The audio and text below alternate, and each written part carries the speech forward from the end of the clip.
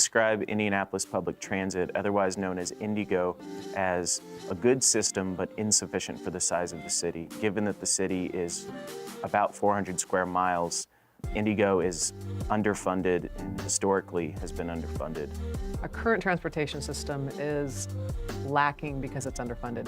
So we are one of the 20 largest cities in the United States, and we have one of the lowest budgets for public transportation. So unfortunately, our transit for quite a while has not really met the needs of the current and future riders here in our cities. Indianapolis has an IndyGo transportation system, which in its own right does a very good job, but has never really been publicly supported to the point that it needs to. And as a result, Indianapolis region is the largest area really in the country without a regional transportation system. We are a regional economy, so we have to have a connected regional system. There's no route from here to Indianapolis. It would be easier if I lived in a different city, no doubt about it. We are very, very far behind here.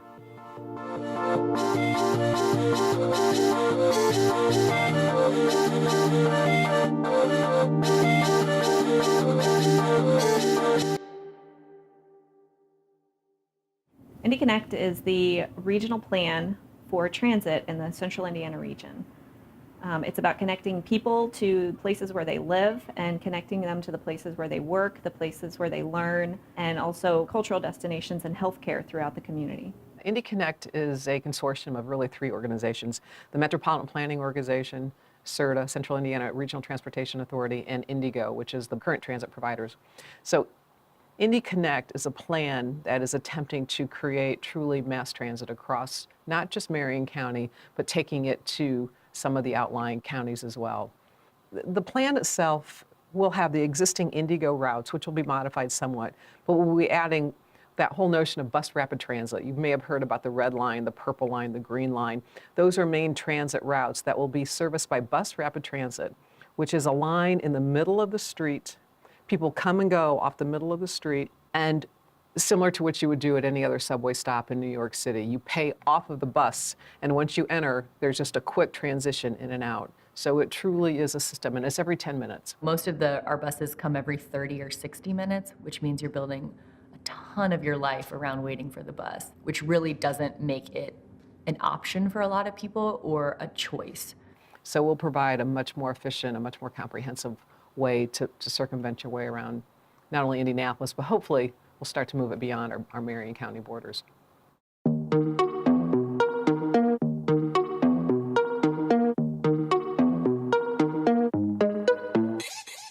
There are many reasons that Central Indiana, and specifically Indianapolis, needs the Indy Connect plan and the services that will come from that plan.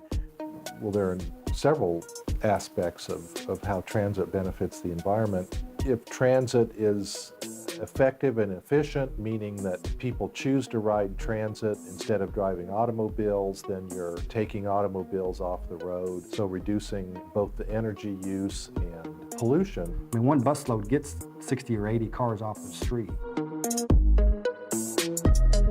The next big phase of economic development is called transit-oriented development. So where these red lines and the purple lines and the green lines are going, people realize that people will start to want to live in those areas. So it will start to create an economic boom, not unlike what's happened with the Cultural Trail and what happened with the Monine. Transit and transportation choice makes Indianapolis and Central Indiana more competitive economically because the communities that are competing for young professional employees and competing for new companies are competing against other communities that have good transit systems like Minneapolis or Denver or Salt Lake City. My brother is graduating from college. He's a perfect example. And he and his girlfriend, they're going to move to either Austin or Denver, where you don't have to have a car. So, we have to be able to compete for those jobs and those employees. And then if you look at where companies are competing for jobs and where millennials are wanting to look, the trends are showing that millennials, as well as the aging population, want to live in communities where they don't have to rely on a car. A lot of people in the United States nowadays are picking where they want to live before they pick where they want to work. Once they pick where they want to live, then they're looking at where are the jobs and where can they easily get to those jobs. We have studied other cities. We know that from an economic development standpoint, our competition are cities like Denver, Salt Lake City, Charlotte, North Carolina. And we know that these locations all have some public transportation that we don't have. And in order for us to be competitive when it comes to relocation or location of new businesses, that's one of the aspects they're going to look at. It becomes more and more difficult to be competitive on all levels when you can't answer the question about, so how do I get around if I don't have a car?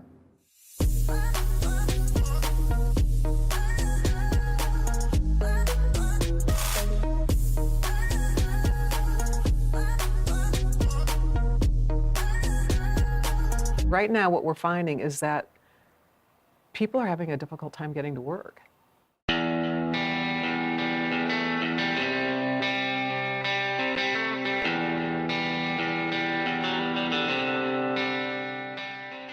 One of the biggest problems that our industries here in Westfield have today is the transportation of its workforce. We need public transportation for our residents to get to Indianapolis, and also for those people in Indianapolis to come down here and visit Greenwood, and also that work here, so they'll have transportation to get to Greenwood.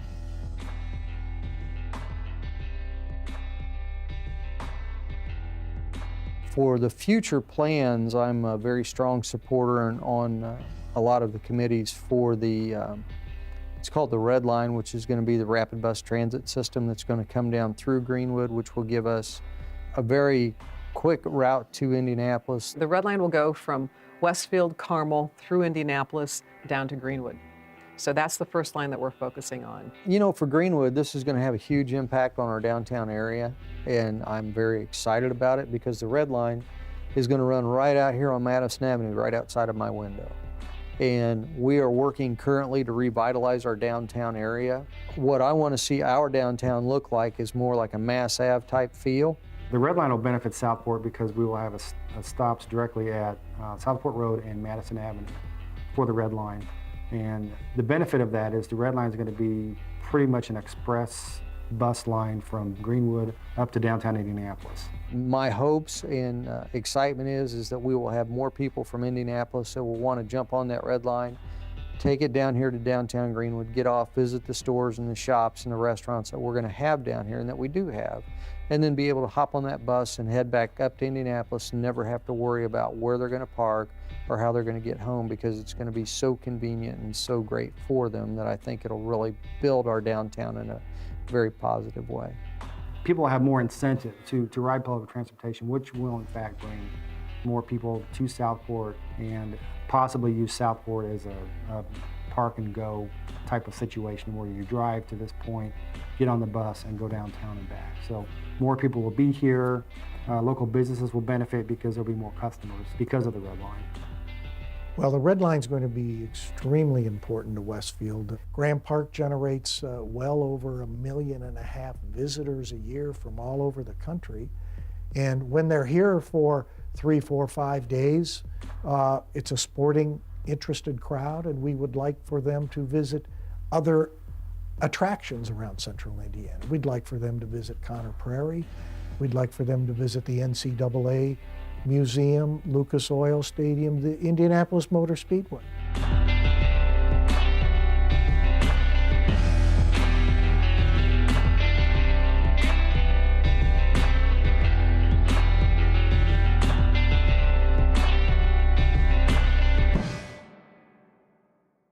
The big thing is we have to pass a referendum in November where the community votes in favor of taxing ourselves to support this line. We're not the first city to do a transit referendum. So we've learned a lot from other communities, and we as the agency, our job is to educate on what the elements of the plan are. So in 2014, the state legislature authorized the use of a countywide income tax for dedicated transit funding.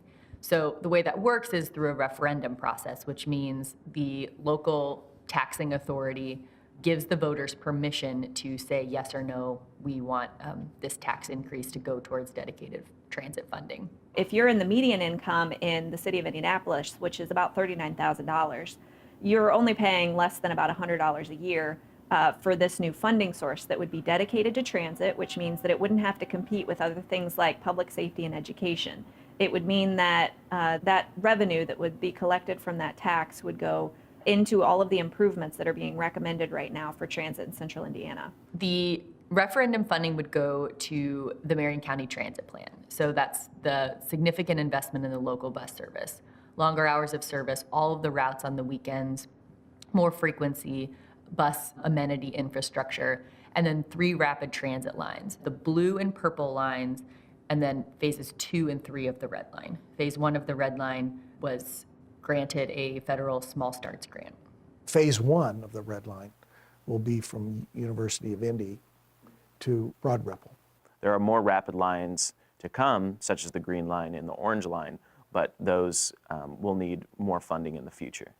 Based on the timeline that we're looking at, the section of the red line that goes from Broad Ripple on the north side through downtown Indianapolis and to the University of Indianapolis on the south side would be open to the public likely at the end of 2018.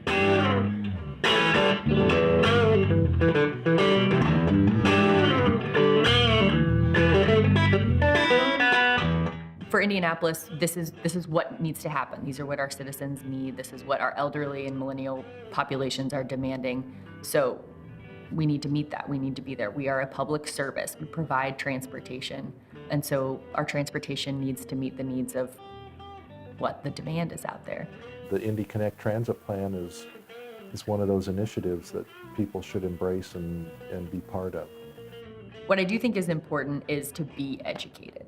You know, that is what we should do as citizens of our city, know about what the plan is, know how it impacts them, how does it impact your parents or your colleagues or, you know, the nurse that takes care of your grandmother. It's often said that, you know, people think, I'm not going to vote for transit referendum because I'm not going to use the transit system. It's good for us whether we ride it or not, because someone you depend on in your community rides a transit system. Transit really impacts all different walks of life, and this isn't necessarily about whether or not you want to ride the bus. This is about, do you see investment in transit as something that's essential for our community? I know there's a lot of people who don't understand it and they think they might never use it, so they don't want to support it, but people need to think these buses are built and designed for the future generations to come. And we need to think now that what we're investing in today is for our children and our grandchildren. They think they have to give up their car completely for public transportation. They don't. Just don't use it as much.